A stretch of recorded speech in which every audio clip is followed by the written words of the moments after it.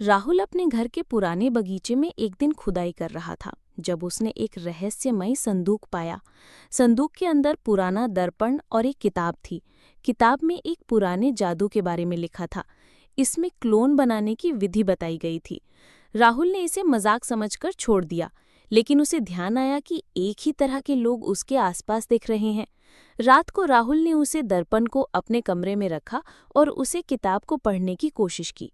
जैसे ही किताब में बताए गए मंत्रों का जाप किया, दर्पण की सतह पर अजीब सी हलचल होने लगी और दर्पण से एक और राहुल बाहर आया।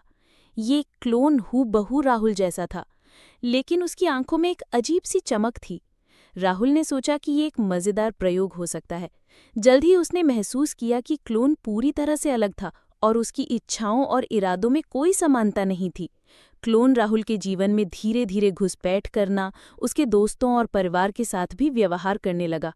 राहुल को महसूस हुआ कि क्लोन उसके जीवन पर पूरी तरह से नियंत्रित करने की कोशिश कर रहा था और उसकी पहचान को छीनने की योजना बना रहा था। रात को राहुल ने दर्पण और किताब को जलाने का फैसला किया। जैसे ही उसने किताब को जलाया और शीशे को तोड़ा, क्लोन चीखते हुए दर्पण में समा गया। सुबह उठते ही राहुल ने देखा कि किताब और दर्पण दोनों गायब हो चुके हैं, लेकिन उसकी आत्मा अभी भयभीत है। उसने महसूस किया कि वो खुद ही कलम से गिरा हुआ है, जो अभी उसके जीवन में कहीं ना कहीं छुपा हुआ है। राहुल के मन में एक ही सवाल है, क्या वो असली है या क्लोन ने उसकी जगह ले ली है।